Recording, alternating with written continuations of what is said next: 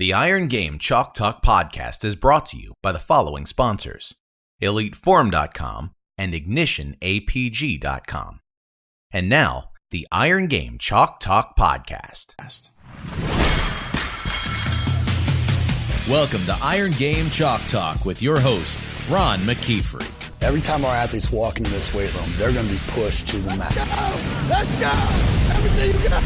On this podcast, hear Coach McKeefery's straight talk about training, featuring the top strength and conditioning professionals from around the world. And now, here's your host, Ron McKeefery. Hey guys, welcome back to Iron Game Chalk Talk. I'm your host, Ron McKeefery, and this is episode number 80.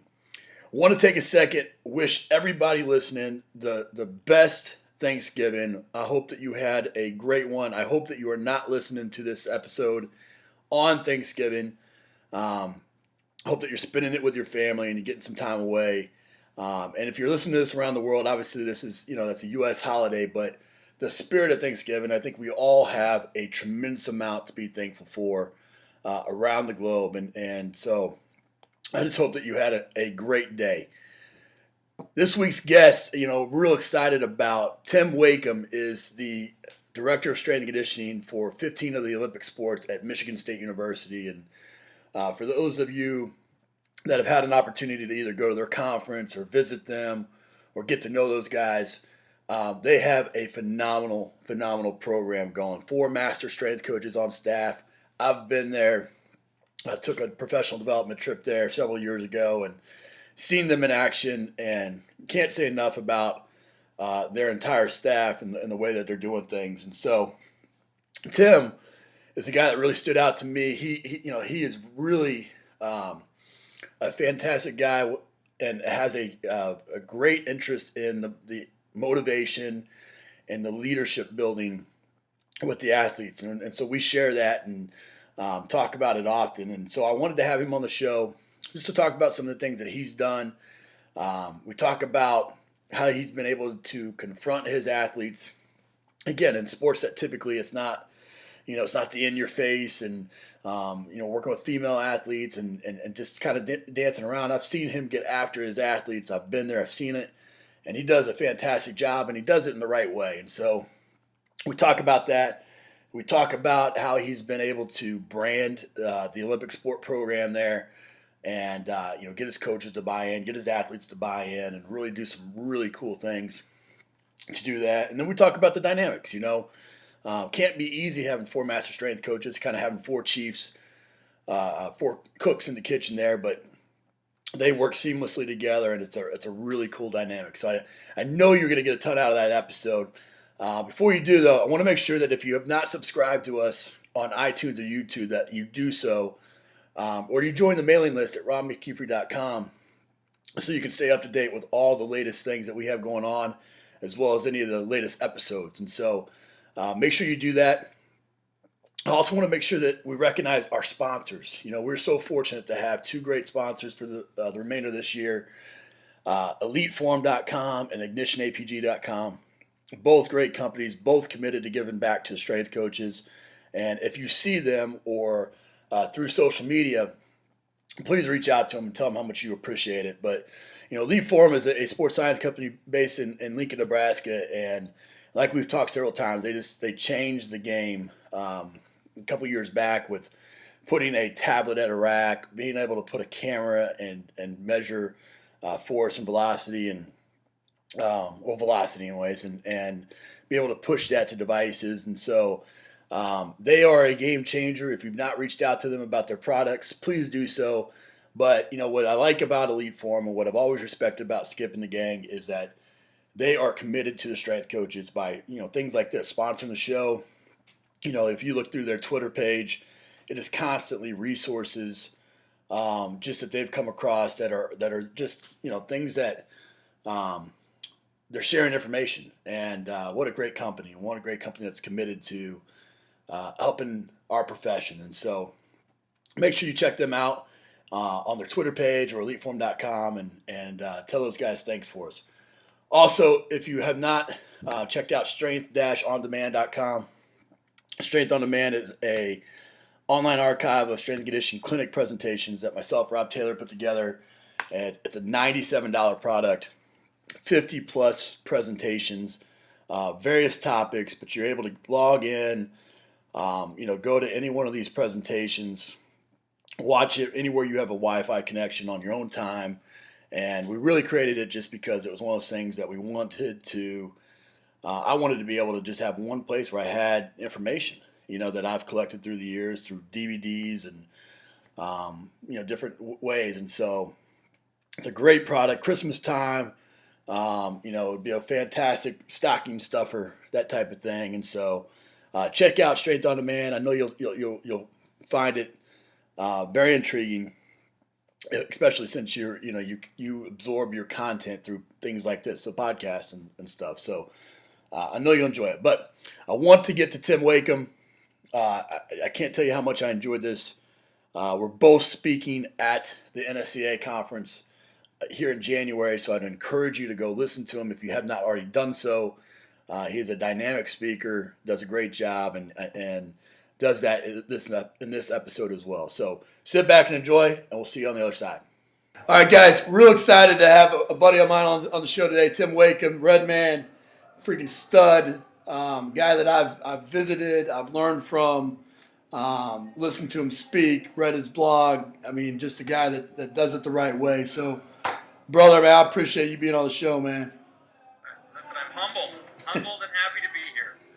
Tim, kind of go into a little bit your journey, man. How you got into this, and then kind of the road that you've taken to get to your current spot. Well, out of high school, just like we all were, I was an athlete. I wanted to do something in athletics. I went on and got an associate's degree. And as part of an internship, I went on and did some JV football coaching and varsity track coaching, and they needed somebody to work in the weight room also. So I volunteered because, like all of us strength coaches, it was a place that I had some competency. I liked lifting, so I had no idea what I was doing. All I did was progress the kids a little each time. That was kind of my introduction into the coaching side. Then I went on to Northern Michigan for a bachelor's degree in fitness, and in my senior year, they needed somebody to work at what's called the Olympic Education Center, which was on campus where they had Nordic skiing, or actually it was cross-country skiing, national team boxers, and short track speed skating. Wow. And they were looking for volunteers, somebody who could live in the Olympic Training Center with the athletes. The ones that they needed coach at the time were the boxers. And I volunteered to do it, and then the people at the Olympic Training Center down in Colorado Springs would send the workouts up, and they would need somebody to implement it. So I volunteered for the position, ended up getting the position, did that for a year. Again, I didn't have a mentor, somebody to kind of teach me the way, but, it's again my way to kind of get a little bit more introduced to what was going on and how to do it. I didn't understand the mechanisms, but, I could follow directions. Sure. So after that, I went on to Duluth, Minnesota, where I was handing out keys and towels at a local health club, and I'll have to tell you, it was tough. I mean, a 4-year degree, you get done, and I'm handing out keys and towels and doing introductions on novelty equipment. It was a tough go, but I had no idea what I wanted to do. And then there was one day that I read an article in a Sports Illustrated about the Green Bay Packers and a guy named Virgil Knight. Yeah. And Virgil was the strength coach for the Packers, so I ended up calling there, and I asked to talk to him. They put me through. He happened to answer, and I said, could you tell me what you do? Because even though I kind of worked a little bit as a strength coach, I'd never even heard of the job title. So he told me about what he did, and instantly I could see myself doing the job. And I asked him, how did you get to where you are? And he said, yeah, I got a graduate assistantship. I'd never even heard of that. He told me all of that. And that night, my girlfriend and I made a flow chart out, and the last step in my flow chart was to be a strength and conditioning coach in the Big Ten Conference. That was the dream. That's awesome. What year was that? That was probably in the early 90s, 91 maybe. Yeah. And then after that, I tried to get assistantship that year, but my letters were horrible. Again, I had no idea what I was doing. The next year, I ended up with some better letters. I ended up getting a job offer from the University of Tennessee. But it was on the women's side because there was a separation of departments then. Yeah. So I turned that down because I thought, I don't know if I can, I didn't want to be pigeonholed, like I can't get out of just the women's side. Sure. Austin P offered me also in Tennessee, Yep. and the University of North Dakota. And since I had a girlfriend who was living in Duluth, Minnesota, 5 hours away, I took the one at North Dakota.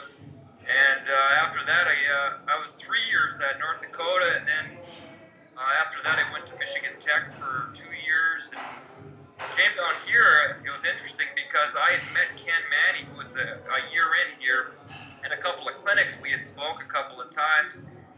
He offered me an interview down here, although he was going to give it to one of his graduate assistants. There was a position open, and I said, I'll come down, sure, for the experience of the interviews. And then things went well, and he offered me the position. I initially turned it down, and then I ended up taking it. But here it was a tough go in the beginning, and this is just a quick, good story for somebody coming out. 23 teams. No assistants, first strength coach here, a little over 600 athletes. Didn't take a vacation probably till my 10th year. Slept at the office during those first 2 years, maybe 2-3 nights a week. Had 5 hours of open gym time on Saturday. Worked football on Sunday. Yep. I wouldn't wish it on a lot of people, but anybody who's worked a D1 football as a strength coach knows that that's the type of commitment that is required and expected for somebody coming out, in their 18 to 25-year-old. It's a big commitment. So that's the path. Yeah, it's absolutely right. I asked specifically the year because 1991 doesn't seem like that long ago, does it? No. I'm the same thing. I'm 1996 is when I'm sitting there and I finally learned that there's a head strength coach, and same deal, and so it's this field. The reason I bring it up is because the field is still growing even now, and there's still opportunities that are being created even now, and I always challenge our young coaches that guys that paved the way like the Ken Mannies of the world. They built a profession out of nothing, and what, in fact, it was a profession which people thought it was, was a negative approach. And they created these positions. And yet, too many times we want to throw our hands up and say there's no jobs when high school's an untapped market and you're just getting into you're scratching the surface of tactical and some of the other things that you can be doing.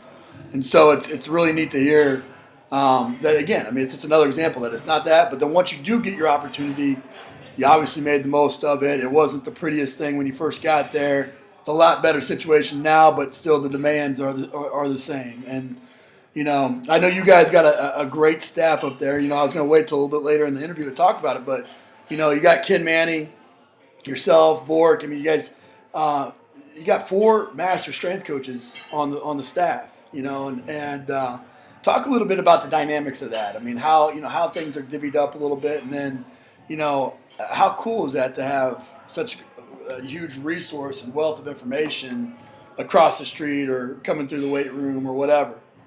It's absolutely huge. When I was in North Dakota, that's what we didn't have. We didn't have somebody that I could go to for mentorship, and I kind of felt like I was out of the loop up there. And here, it's just great because not only Michigan State, but I've got you at Eastern. I've got people at Michigan. Aaron is a great friend of mine at Michigan that I still talk to.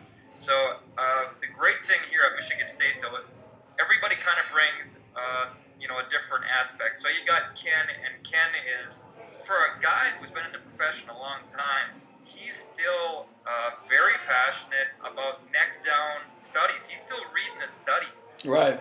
25, 30 years in, and he's still got a stack of studies that he's looking at on a daily basis, looking for what's new, what's next, and how to get there first, which I love. So I'll go over and talk to him about studies.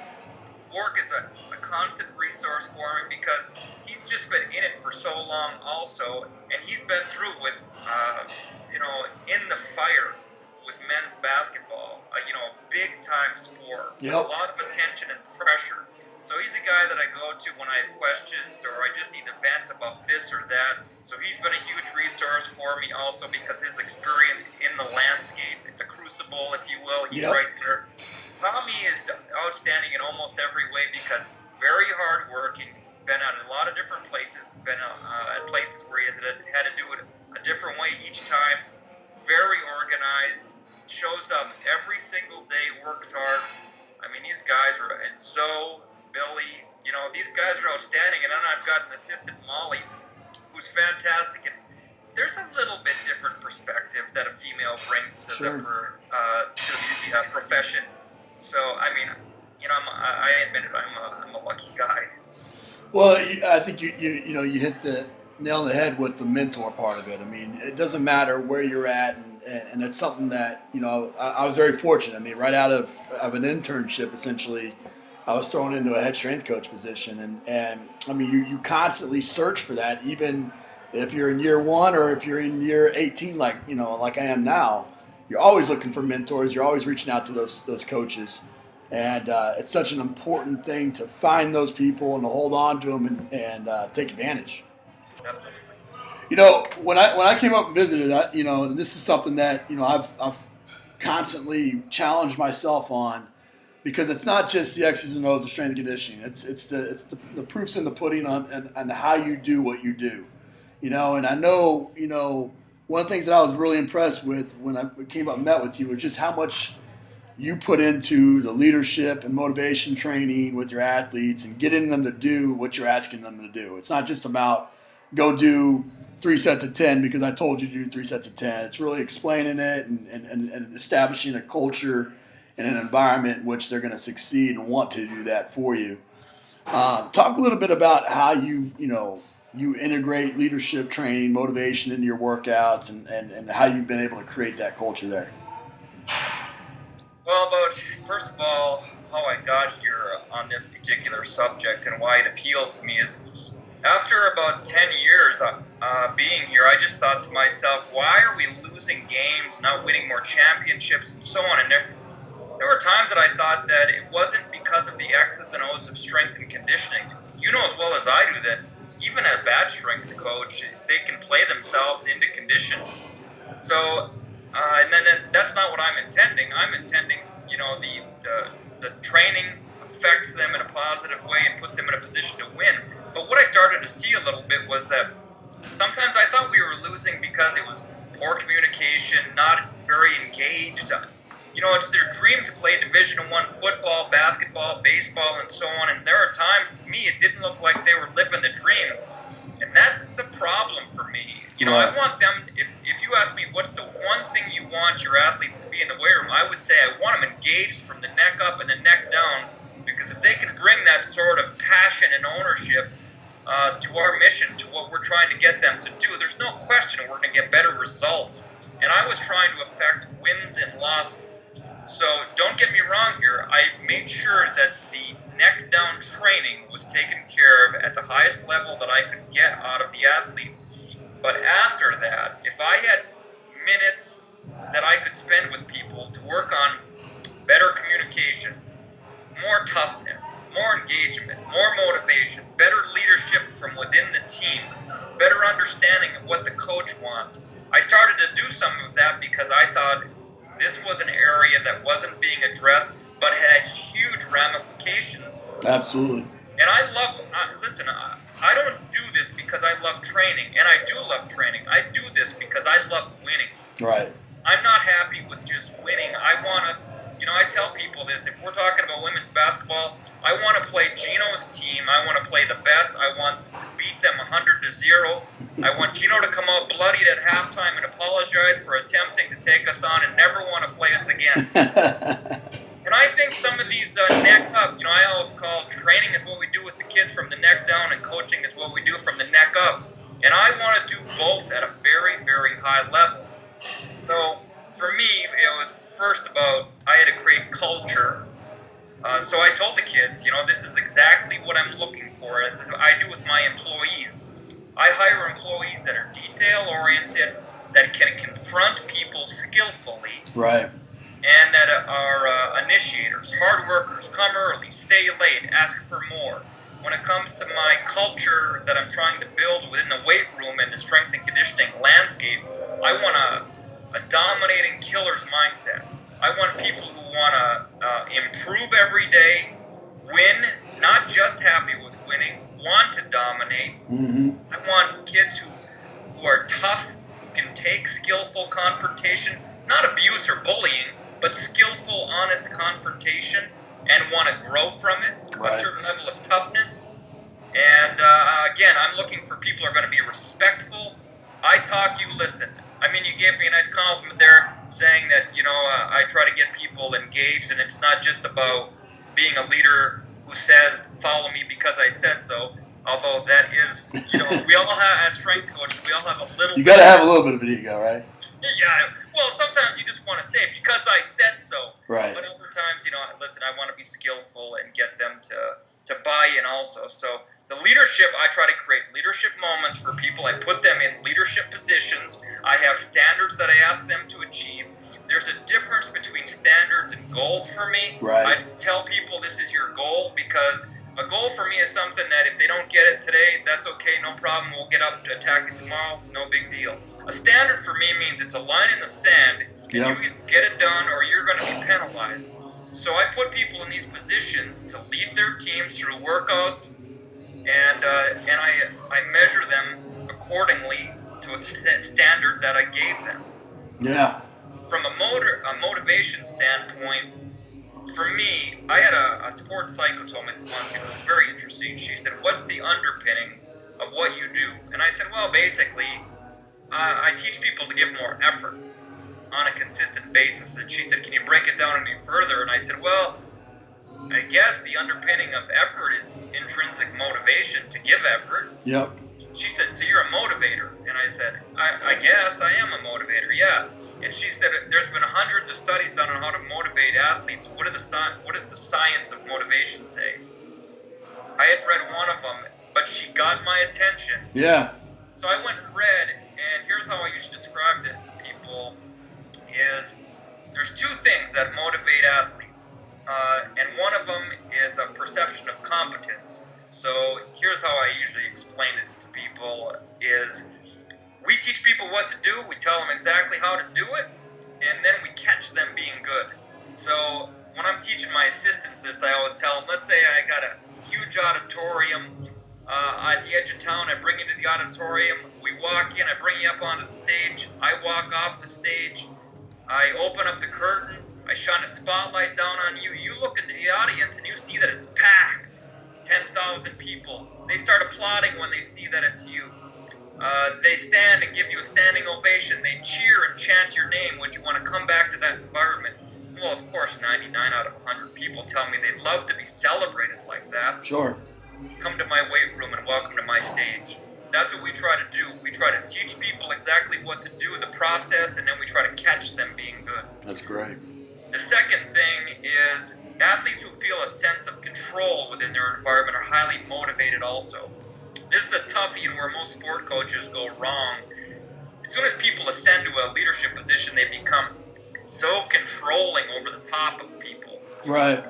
I try not to do that. I know people like strong leadership, but they don't like to be controlled. And imagine this, if I went to anybody and they said, hey, listen, we're going to lift at 4 a.m. because that's my favorite time to lift, even though I know you don't like it. We're going to listen to my favorite music, which happens to be your least favorite. We're going to do my favorite lifts, even though I know they're your least favorite. We're going to wear my favorite color, even though I know you hate it. And don't talk to me until I tell you to talk. If I took all that control away from you, you'd hate it. Absolutely. And there are times that I watch our athletes walk through their lives, and I'm thinking to myself, God, it's their dream to play Division I, and they don't look like they're living a dream. And that's what I think is the problem. It's that either they've lost their perception of competence, which is strange to me because how can you go through all of those practices, get better, and feel worse? Yeah, no, I agree. So our job is to catch them being good, and how I do it as far as getting them to feel a sense of control is if I want them to run 15 hard sprints in the summer, I will tell them, hey, you guys, we can run 15 hard sprints today, or we can run the 5-mile river run. It's up to you. It's your decision. What do you want to do? Usually they don't know that what I'm constantly doing is putting something against it. Right. Which means that they choose what I want them to choose, but they perceive ownership over that choice, and because they own it, and a lot of people need to weigh in before they buy it, and it's worked so well for me. Yeah. I don't believe there are magical lifts in a weight room. If someone's not a great squatter and can't get deep, because I like people to go deep on a squat, I may single leg squat them. Right. I may lunge them or something else. So there's plenty of ways for me to get this done and still create a culture around them, whether they realize it or not, that they feel motivated, and it's been magical for me. There are people here that tell me a lot over the years, and I deal with a lot of women. Right. They tell me they like lifting more than playing their sport sometimes, which actually is soul crushing for me to hear. Yeah. And I don't think that they actually mean it, but I think what they're trying to tell me is they like the culture. There are people get nauseous and they're white as a sheet, and we confront them if it wasn't good, so they can't be telling me they like the lifting portion. Right. I think they're confused by the culture, and I don't mind that confusion. That's fantastic. Well, we talk about here, and it's great that I'm finally back with the guy that really challenged me this early on as an athlete. The guy I'm working for now was my college football coach as a senior in college. And, one of the things that we did then and I've lived by as a coach is that we want to create this. We want the weight room to be one of the most positive experiences of their life. And I think that you're constantly trying to find ways to do that to where, like you said, I love it. A lot of strength coaches, it's like, all right, I trained you, go away. I love it when they come back in and they sit back down in the office and they hang out and you're having those types of conversations, because it really gets into the underpinnings of why you're doing what you're doing. And I'm the same way. You want to win every freaking game and all that, but there's also lots of ways to measure winning, right? And there's, and a kid walking in 15 yards down the road and is the CEO of a company or just had, an amazing transformation in their life. And you might have had a little bit of a part in that is winning as well. And constantly challenging it. I know you do some unique things. One of the things that I really thought was cool when I was there was, the key to the weight room. And then you were the first that I saw doing the Navy SEAL bell, but in the reverse psychology of it, where it's not I'm quitting, it's like I did good. What are some of the things that you do, and then some little ways that you're incorporating those things into your program? Well, that goes back to my mission again, to keep everybody engaged. And we've got some neck down and some neck up methods, and I'll start with the neck down. We've got what I call a signature strength board, and I wanted to find a board that could measure something that would describe to the athletes, hey, why will we dominate our competition? And I've got a lot of different user groups, so I've got everybody from cross country, track, volleyball. So it was hard for me could I go strength? Could I measure strength? Could I measure power? Could I measure conditioning? I went after conditioning because I thought that would be a good one to measure. So I wrote up a story of the old 300, put it on the board, and then we have got two different workouts. One is an endurance workout, and one is a Tabata protocol, a short, intense workout, and you can perform these at certain speeds on the treadmill. And if you make the lowest level on either workout, your name goes up under your team on this signature strength board as a warrior. And then you can go to the Hall of Fame. Or you can be a Spartan legend is the highest one, and your name goes up in red letters. So there's a bunch of different things we do to keep people engaged on that conditioning side. Sure. We also have what we call the winner's bell. The winner's bell is what you refer to as a big silver bell that I had seen as part of the BUDS training for the Navy SEALs when they quit. And I loved the idea of the bell, but obviously I wanted something more optimistic. So what we did is we put down a quote that the Navy SEALs always say and that we always use, which is, it pays to be a winner. Yep. So what we do as far as our actual conditioning goes is that all of our races are competitive. So it does pay to be a winner at Michigan State because the winner gets to walk back and the loser has to run extra, and that accumulation of additional running puts that person kind of, at a disadvantage. So you'd like to win if at all possible. So it does actually pay to be a winner on a day-to-day basis at Michigan State. So we engraved that on the bell. We hung the bell up in the center of the room. And if somebody does something that is one of our underpinnings, like vigorous partner coaching, relentless effort, or disciplined execution in the lifts above and beyond what everybody else in that room has done. When we bring everybody together, would say, hey, Ron did this today. He gets to ring the bell, and everybody breaks into a celebration, applauds the person. They get a chance to go over, ring the bell, they get applauded again, and then they get to break the huddle for the team that day. That's awesome. That has worked very well for us also. I've got a big picture of a Big Ten championship ring in the weight room also, because I want people to know, again, I don't train and I don't want them to train because they love training. And I want them to love training, but I want them to love winning. Yep. That's why we're there, and I have in big bold letters next to it, one focus. Because you know as well as I do, it's different than when we were kids. There's a lot of distractions out there in the world. And when we start training, I'd like a little bit of focus, please. So that would be another one that we use. And the key that you referred to. Yeah, the key is my favorite. Go ahead and tell us about the key. I love the fact that you even remember that. I'm just honored by that.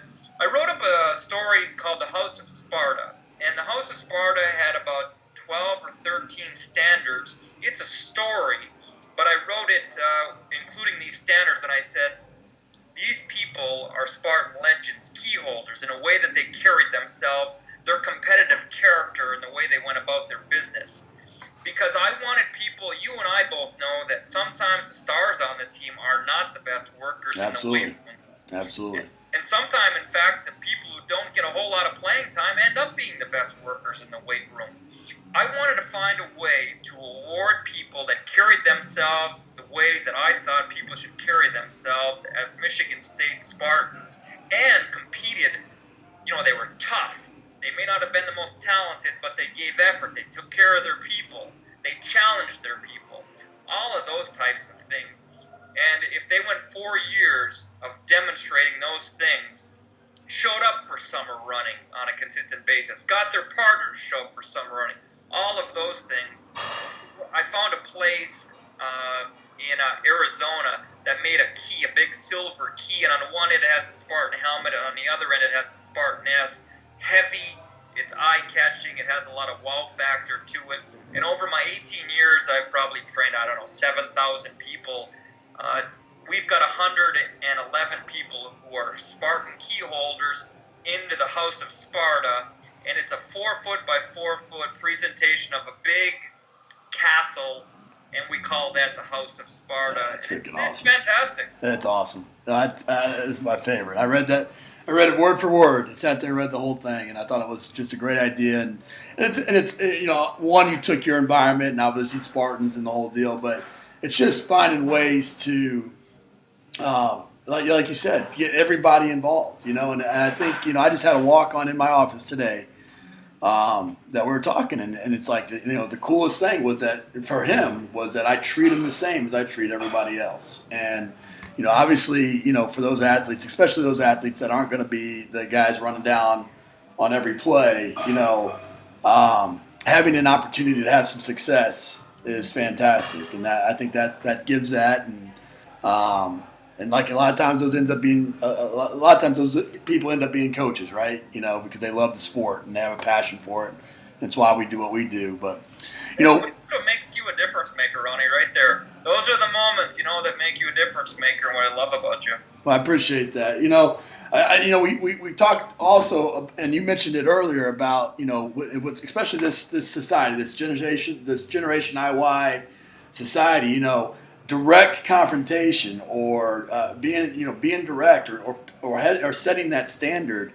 It's something that's going by the wayside, right? People don't want that conflict. They don't want to have to go and confront somebody, and sometimes those things are healthy if you can do it in a healthy way. And I know you do that. And one of the things that I was, again, impressed with you about was, it's like, it doesn't matter if it's Silver Spoon Sally from whatever that does golf. It's like, man, you when you come in here, you're going to have one focus and you're going to train. And if you don't meet the standard, I'm going to let you know about it.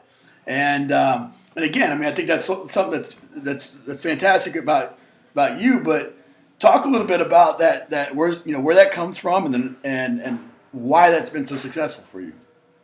Well, that's just one of my things. It's almost, it's almost like me having red hair. I tend to be a confronter.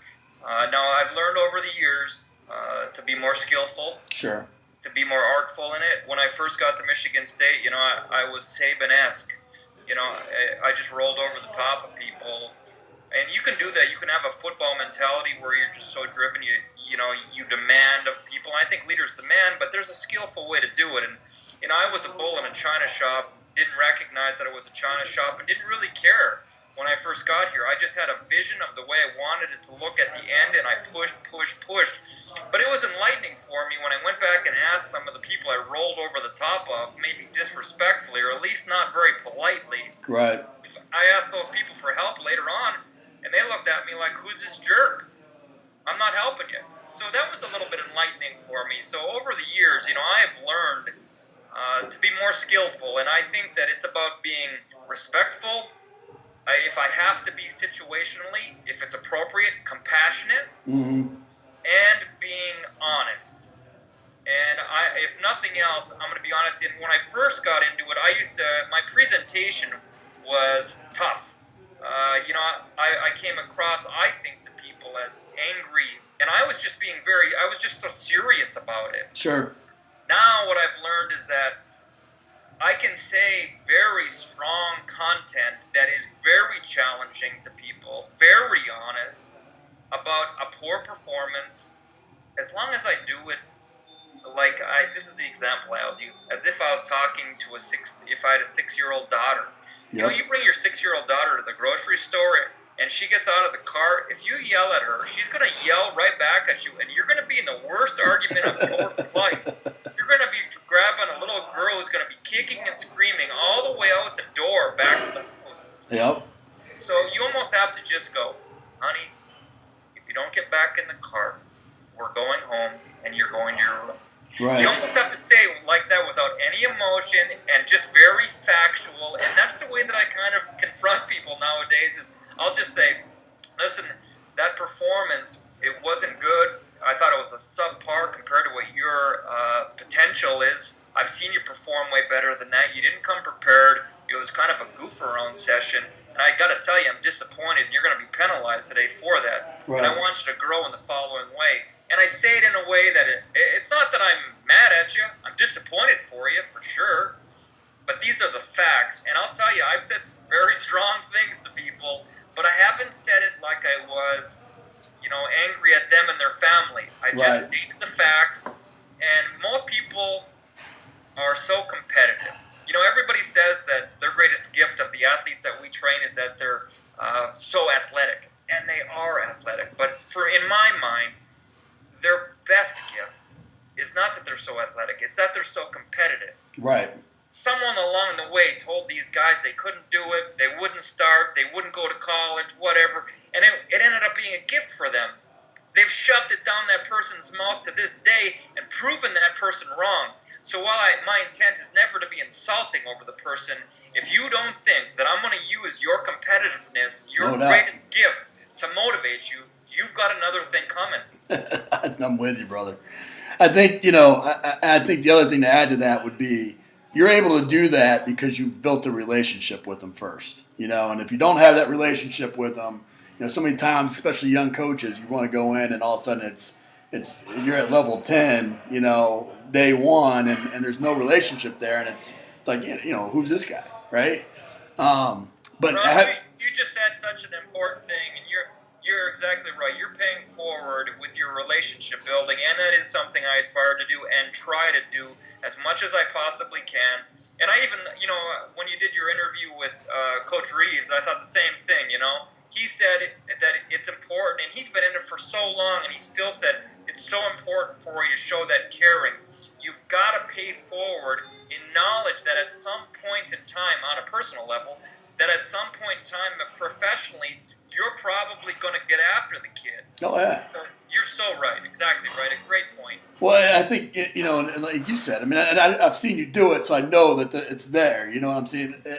But talking to, I was a guy at South Florida. If you go to South Florida in the Sun Dome, in the basement, there's a dent in the door where I threw a 45-pound plate at a kid, when 17 years ago. And And so you're going to make lots of mistakes, but like you said, taking the emotion out, looking at the situation, identifying the issue and attacking the issue and not the person, I think is critical, And so I thought, like Bobby Bowden, he would always on the field, he would always refer to them in a negative way by their jersey number and in a positive way by their name, And it wasn't the deal. It was the action that jersey number made as opposed to the person. And finding ways to do that in the weight room, it's a skill, and that's the art of coaching, right?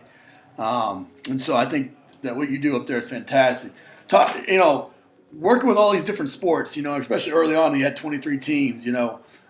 How did you get your staff? Maybe early it was a lot of volunteers and part-time assistants. Maybe now it's more GAs and whatnot. But how did you get your staff all on the same page so that as an Olympic sport program or Olympic sport department, it was a consistent message across the board? Oh boy, what a great question that is.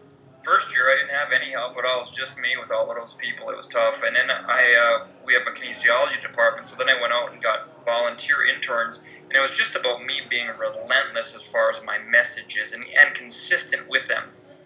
Here's exactly what I'm looking for. Here, the behaviors, here's exactly what they look like. And then evaluating and measuring it on a consistent basis and then rewarding them, with verbal praise about when they did the things that I wanted done well. Now, I've learned over the years, to be a little bit more efficient. So what I've done now is we've got a big book, an employee kind of handbook, if you will. And what I tried to do is I created checklists, scripts about how to do everything. So on every page, it's how to open, how to close, how to group coach the room, how to bring one person through if you're personally training one, how to bring two people through at a time, both, neck up coaching wise and neck down training wise. Right. What to say, how to discipline, all of these different scripts and checklists. So there's uniformity. I mean, I could franchise the business. That was my intent to say, I wanted it to be like a McDonald's where everything is standardized and people kind of know going in what the exact expectations are. And I read a human resources study, way back in the day that said one of the things that followers of managers want more than anything else is clarity. Yep. So I just tried to put it as clearly as I possibly could so there wasn't room for misinterpretation. And that constant messaging has worked well for me. And now Molly, who is fantastic, it does a great job of, dittoing that same message over and over. We think and see the world the same way. So having her with me now with the volunteer staff and the 2 GAs and 1 paid intern position that we have has been absolutely critical.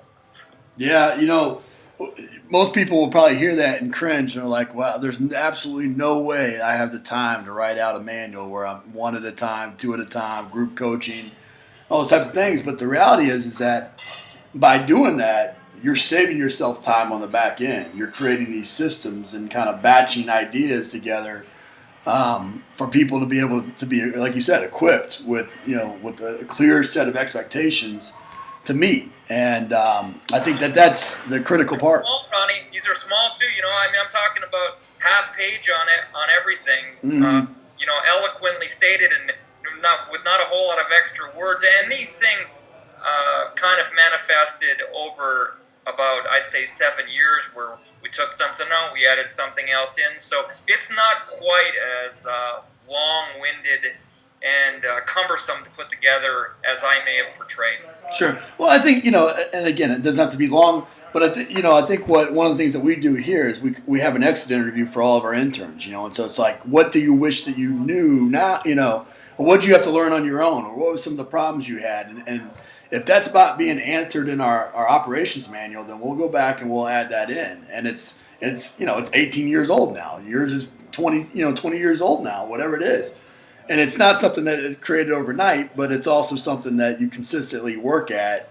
And it's a system in and of itself, right? Every semester I'm going back to it and revisiting it and going through it with the next group, and you're kind of like, okay, you know, and you get it down to what you want your program to be. And so I know that's critical. What about programming? You know, give us a kind of just a general. I hate the philosophy question because I mean I'm a principle based, not a philosophy based guy. But what do I expect when I walk into the weight room with Red? Okay. The plan that we generally use. Now, I'm a guy who kind of uses a lot of stuff from a lot of different people, depending on the time of year it is, the landscape, and so on. I guess I would describe it as a non-linear periodized program. I like the block style. The problem that I have with a block style plan is the fact that those concentrated loads, like if I drop down to 40% on what I consider the performance lifts for 3 weeks or 4 weeks, and then like on a squat, I go from 40% back up to a max strength phase where I'm in the 80s, especially if it's in season. You know, they're going to get delayed onset muscle soreness. Everybody freaks out. I'm meeting with the coach. Why are my people all sore? Right. So I don't care for going all block because I run into some practical problems. So the reason while I like block, I don't, even during power phases with performance lifts, I don't say all 4 sets or 3 sets are going to be at 40%. I'll go 3 sets and then maybe 1 set still at an 80% if I, max strength. So when I go back, there's not this huge delayed onset muscle soreness. So there's the non-linear, meaning that I'm working on multiple things during the same week to some degree, with more concentrated loads and emphasis, if you will. So it's close to a block style. I like the block style. I've been convinced by Mike Stone and some of what he's written about, and I like some of Isserin stuff that I learned from a guy named Aaron Wellman, who's the head guy at Michigan. And let me say about Aaron, who's a good friend of mine, no matter how the University of Michigan ends up this year, I believe, as young as he is, he's one of the top 5 strength coaches in the nation. He's that good. He's the first guy to introduce me to some of this stuff. So I'm using that stuff from a plan point of view. I'm a multiple set guy. I like going with RMs. Not everything is an RM. Sure. It just kind of depends. I also implement some triphasic stuff. I really like Cal Dietz's stuff. We've implemented some of his isometrics. I always had an attention to the details of eccentrics, especially when it comes to the strength training exercises and sets. So I like an accentuation anyway to the negatives, but he'll really slow it down during certain phases and then work on rate of force development with an explosive concentric. We're doing some of that also. I like the fact that it brings great variety from the neck up, along with some neck down no doubt. Physiological aspects.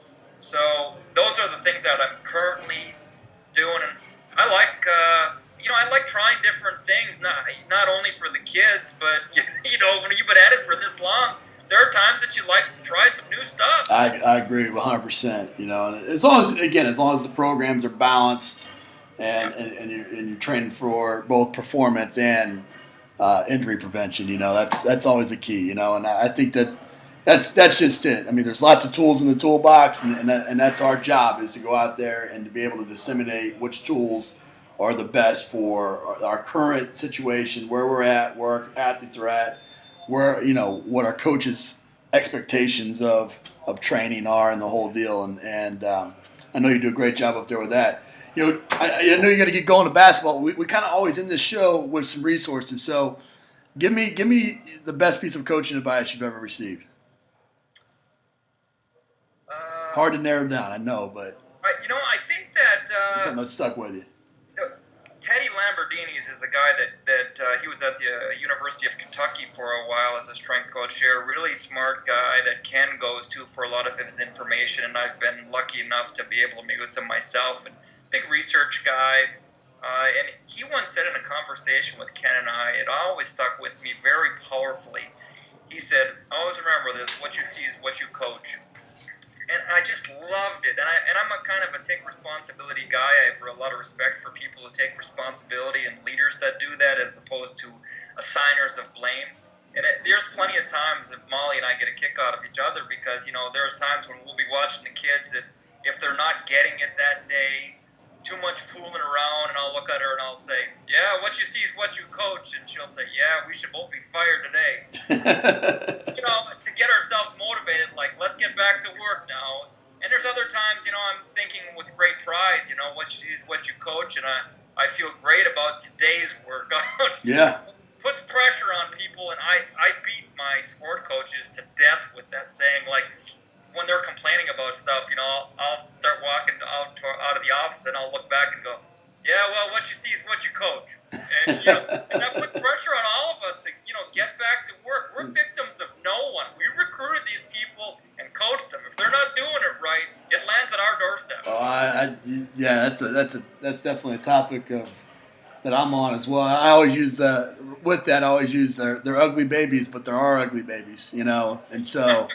That's not going to change just because all of a sudden we're 5 weeks in. We got the kids we got, and we need to coach them. But give me a motivational quote that you either have up in, I know you mentioned the Navy SEAL one, but one that you have up in the weight room or one that you've kind of lived your life by. Oh,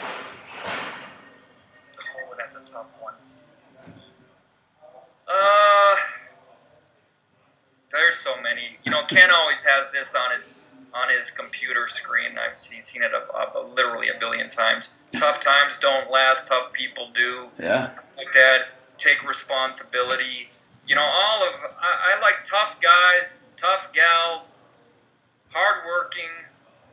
Those are all, the terms, I guess, that I certainly know you live by and that Absolutely. I have great aspirations to live by also. No, that's great. I love that one too. What about? I know you read quite a bit. Give me maybe a strength and conditioning book, and maybe one outside of strength and conditioning that you recommend. And then, while we're on the topic, an app if you got a recommendation there, and a website that you generally check out. Books. If I have questions about stuff when it comes to the neck down training stuff, I'll still look sometimes at books like Super Training. Mm-hmm. I like Mel Siff stuff. When Mel was alive, we used to argue back and forth on certain things. I loved his logical nature. And I love, that he didn't know old Bart. He went after people if he thought that they were wrong. I kind of like that style. So Super Training would be a good book that I like. And as far as coaching, I really loved Pat Summitt's first book called Reach for the Summit. Yep. She was a caring confronter.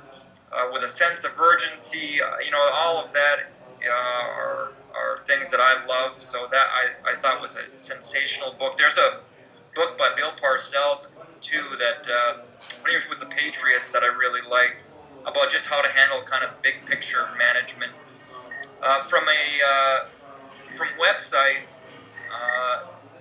There's what's his name? Chris Beardsley and Contreras put out strength and conditioning research reviews. It's they send like 50 studies to you for $10 a month every month. And Aaron Wellman from Michigan first told me about them. And they have different topics, like it might be ground-based training, ACLs, hamstrings, and they'll have 50 of the latest research studies, and they'll go over and say, this is what was done, this is what was found, and you have the option of going and finding the study. But when you're as busy as we are, there are times that a Cliff Notes version for that type of volume of research is outstanding. And as far as websites go, I like Contreras' website. He always talks about some neat things. I like Eric Cressy. As far as baseball and the scaps and shoulders, the guy's a genius as far as knowing the anatomy and talking to a lot of docs and knowing what to do. So some of those websites, there's another one called Performance University, I think it is. I can't remember the guy's name, but he always has great tweaks to certain types of exercises. So all of those are good. I don't have an app that comes to mind that I can think of that would help anybody in the profession, but those are the resources that I tend to look for, along with the guys like you. Aaron, and two other guys that I would mention that are going to be huge stars someday is Adam Ringler at Wichita State, former assistant, genius on the neck down. Mickey, he interviewed with Mickey down at Florida. He didn't get the job, but Mickey called me and said, "This guy's going to be better than all of us." And I said, you're probably right. And another guy who was a student of mine that I still call as a resource is Brandon Cycle, probably the best GA I've ever had in my 18 years here. And he's down at the Olympic Training Center where he did an internship, and they made a job for him after he finished the internship. The guy is absolutely brilliant guy, and he's down there with some brilliant people, and he's just killing it. Oh, wow. So two other guys that I go to for, as assistants for me, and they're so good that I still will talk to them when I have questions about stuff or pondering information. Well, I'm so glad you said that, because, I'm very fortunate to have had a lot of people come through our program, and those are the first people I turn to, because they know me, they know my system, they know how to make it. They've gone on and they've made it better, and that humbleness to be able to say, hey, I don't have all the answers, and be able to reach out to former assistants, former interns. I'm the luckiest guy in the world because I got so much data and so much directed input back into our program with a knowledge of what we do. That it just continually makes us better, and I know you guys do that as well. And man, I'll tell you what, brother, you guys, all you guys, everybody up there, and I was fortunate to go up and visit, a while back, and Ken I've known for a lot of years, and when you sit back and you look at how it's supposed to be done, the way you guys are doing it, the one being able to stay together, two, that constant bond of being able to challenge one another. And then what the product that you're putting out for your guys as athletes is phenomenal. And I can't say enough good things about you and the program up there. And so I really do appreciate you coming on the show, man. Really appreciate you, Ronnie. You're one of the best. Thank you so much. Appreciate it, buddy. Okay, take care. That's it for this episode of Iron Game Chalk Talk. Thanks to this week's guest as well as our sponsors, EliteForm.com and IgnitionAPG.com for bringing this episode to you for free. Make sure to check out RonMcKeefery.com where you can join our mailing list, find the show notes, including all the links and resources mentioned, and information about Coach McKeefery's other products. While you are there, please join Coach McKeefery in the comments section thanking our guest for sharing. If you haven't subscribed to Iron Game Chalk Talk on YouTube or iTunes yet, make sure to do so. Comments, ratings, and reviews are always welcome. Coach McKeefery can be found on Twitter at @RMcKeefery, on Facebook and YouTube at /Ron.McKeefery. That's it for this week. Be sure to check back next week for another great episode of Iron Game Chalk Talk.